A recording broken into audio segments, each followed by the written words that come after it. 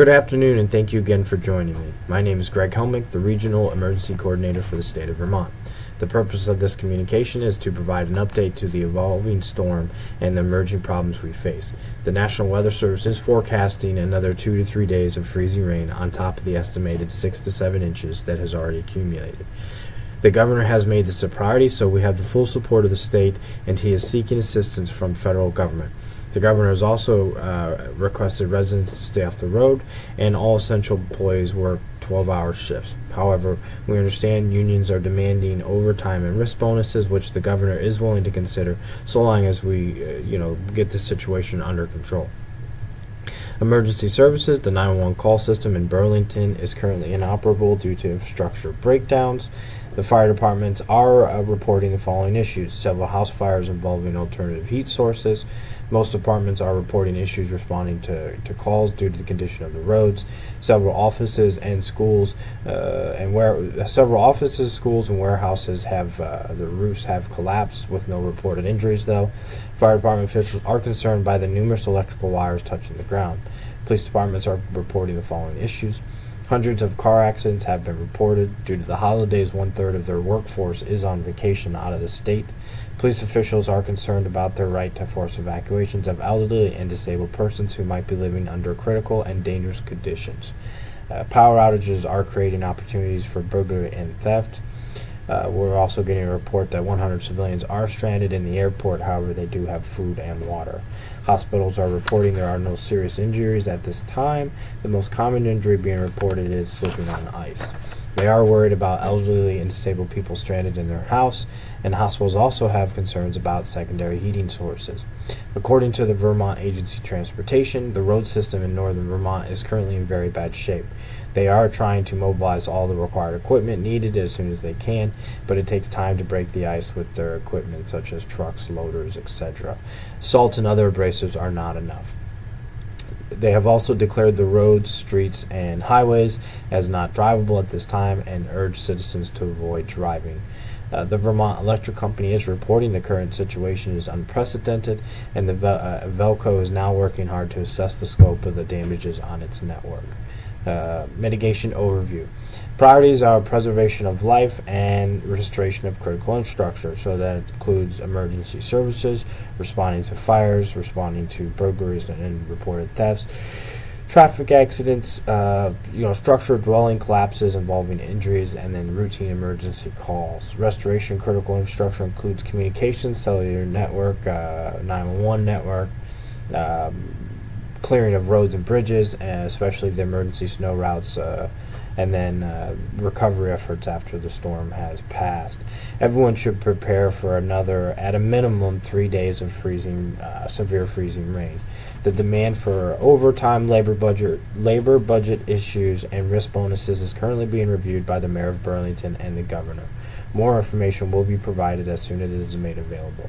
Ensuring each city and county has the necessary resources is of the utmost importance. The governor has requested federal relief and assistance, so city and county officials should reduce their labor expenses by focusing on critical needs and critical necessities. Government, law enforcement, fire, and critical infrastructure senior officials need to review their current staffing and develop plans for meeting the demanding needs of the storm. Traveling at night is restricted to only life-threatening calls. Until told otherwise, supervisors should continue to authorize and approve overtime. We are diligently working with the 911 call center and E3 Communications, which is the vendor providing support to the Burlington 911 call center, to resolve the communication failures. As an alternative, we're asking, we've actually routed the calls to the Essex call center. Residents may also email burlingtonpd@bc.gov until further notice. Emergency services are also during the day, and as the road and weather permits, driving around in coordinated search pattern looking for individuals that may need assistance. However, emergency services are experiencing delayed responses due to condition of the roads, so residents should expect a delay. We will also continue to announce special reports via the radio and social media. We will push out special bulletins every 30 minutes via the following radio stations: 620 AM, 99.9 FM, 98.8 FM, and 106.7 FM. Any immediate emergency communications will be broadcasted over every available radio station. Emergency services must remain vigilant when responding to calls and take extreme precaution when traversing the roads. Emergency services should triage their calls. To coordinate their efforts, emergency services will continue to utilize their radios. They should also have ham and CB radios easily accessible, as they are not impacted by the communication breakdown. Police officers should prepare their vehicles for responding to slips due to ice, be mindful of possible burglaries, and report down power lines. We will not conduct forced evacuations. However, we will instruct residents living in poor conditions to seek a safer shelter solution. Fire departments will not respond to unoccupied structural collapses. The satellite EOCs have all reported no structural damage to their schools.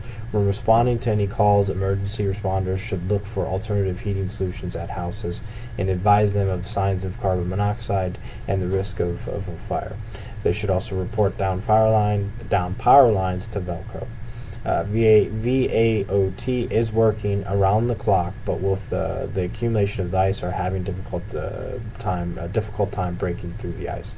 Their focus has been on maintaining some clearance on major roadways. Unfortunately, with the weather, it's not been working. Since sources are running low, they are reaching out to neighboring communities less impacted by the storm and are requesting their supplies. Their priority is getting back in front of the storm. The time frame for restoring power at this time is unknown. Personal emergency preparedness. Residents should read special bulletin number Unit 2 released today. Residents should also check on their neighbors as much as possible and provide assistance to the elderly and disabled. Due to the severity of the storm, Governor King has closed all Vermont state offices for Monday, January 9th, and please stay tuned for potential further closings.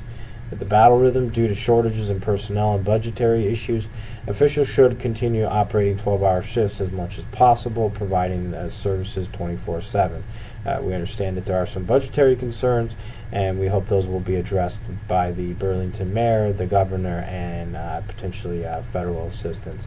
However, stand by for further guidance. The satellite EOCs, until further notice, will continue to provide hourly updates via CB radios on the weather within their region, emergency calls, and any other pertinent details. Conference call has been canceled. The daily conference call at 5 p.m. has been canceled.